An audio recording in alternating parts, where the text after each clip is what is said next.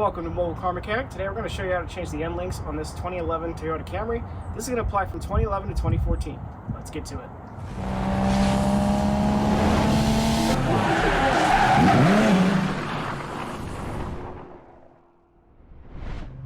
Parts and tools needed are going to be a 17mm socket, a wrench, some locking pliers, and of course the end link itself. If you find some difficulty, you may want to use a hammer, but otherwise we're going to go ahead and use an impact because it'll make it a little bit easier for us. But these are really the basic tools you'll need. Alright, so what we're going to go ahead and do now is jack up the vehicle. So we're going to go ahead and do that now.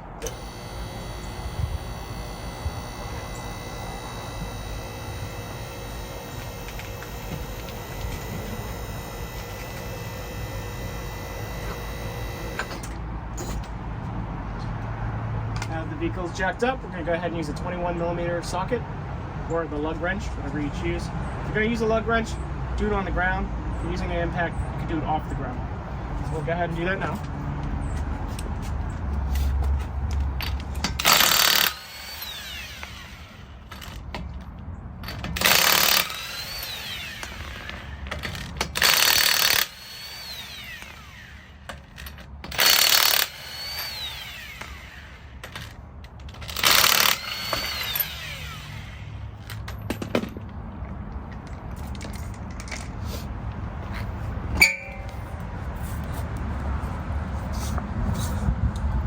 Alright, and then the areas that we're going to focus on here are going to be this nut and this nut down here. So let's go ahead and get our socket on that. Alright, so this is going to be a 17. We're going to go ahead and try to use an impact on it. If you don't have an impact, you might need to hold it on the other side. I'm probably going to also have to do that. Sometimes you also have to use heat. But let's go ahead and see what we can do on one go. Alright, so you can see, it's spinning. We got it loose, but we didn't get all the way loose. So I'm going to go ahead and get some vice grips or some pliers back here to counter hold it. If it still spins, then we'll have to use heat to loosen this up. So let's go ahead and get some grips on that. Alright, so I got some locking pliers, or what they refer to as vice grips. If you're going to reuse these these end links, do not do it this way because you're going to probably mess up the boot. Since we're replacing it, it's no big deal. So it's locked in place. I'm going to counter hold it, and I'm going to use my impact and hope that it comes off. Alright. That's what it's supposed to look like. Now we're going to go down to the bottom, and more than likely, I'm going to have to do that by hand. So let's see what I can do. Alright, so we're not going to have very much room down here, so you're going to have to use either a wrench or a socket wrench. And more than likely, you're going to be more struggling with this. Let's see if I can do it without bashing my hand.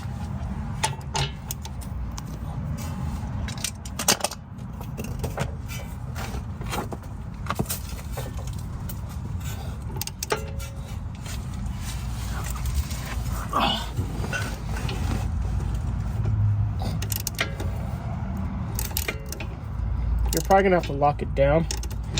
Yep, okay. So I'm gonna go ahead and get some locking pliers in there. See if I can get it from the other side.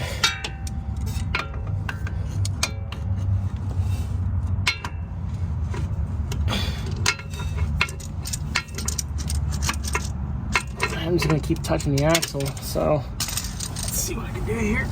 It's a bit difficult.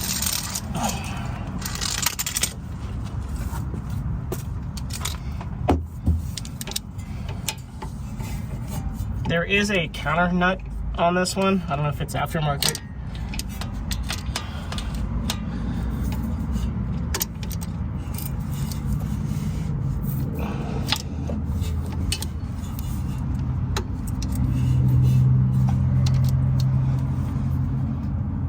Let's see if I can get this moved a little bit.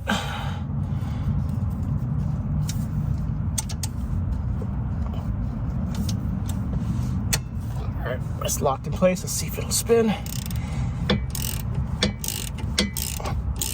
think it's spinning still, but we'll see.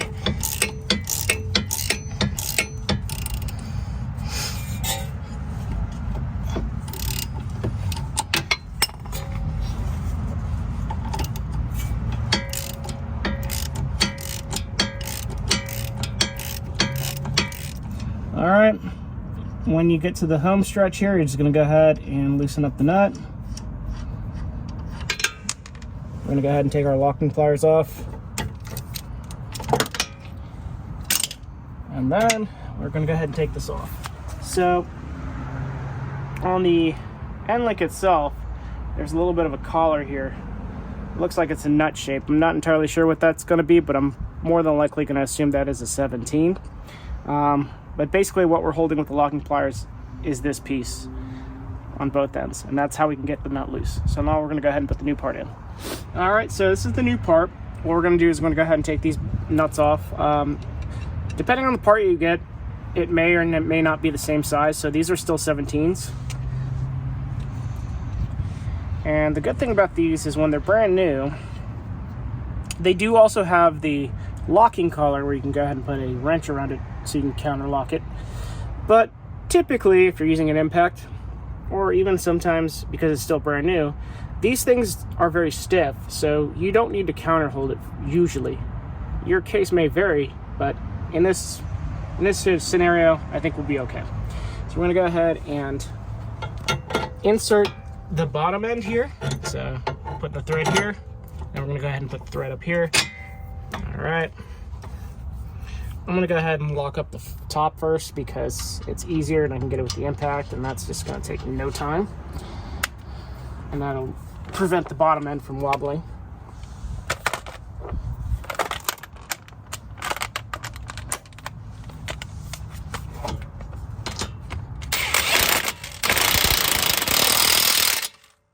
Okay. Now we're gonna go ahead and do the bottom half by hand. These are locking, these have a locking portion in the thread, in the nut itself, so you don't have to worry about them backing out. That's why there's some resistance.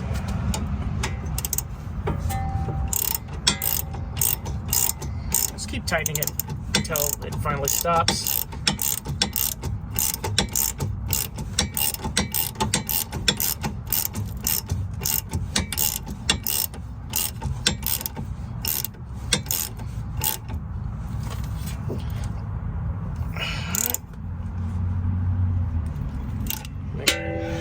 Try to get more leverage down here.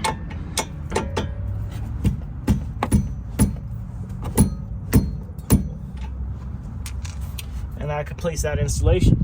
Now we're gonna go ahead and put the tire on.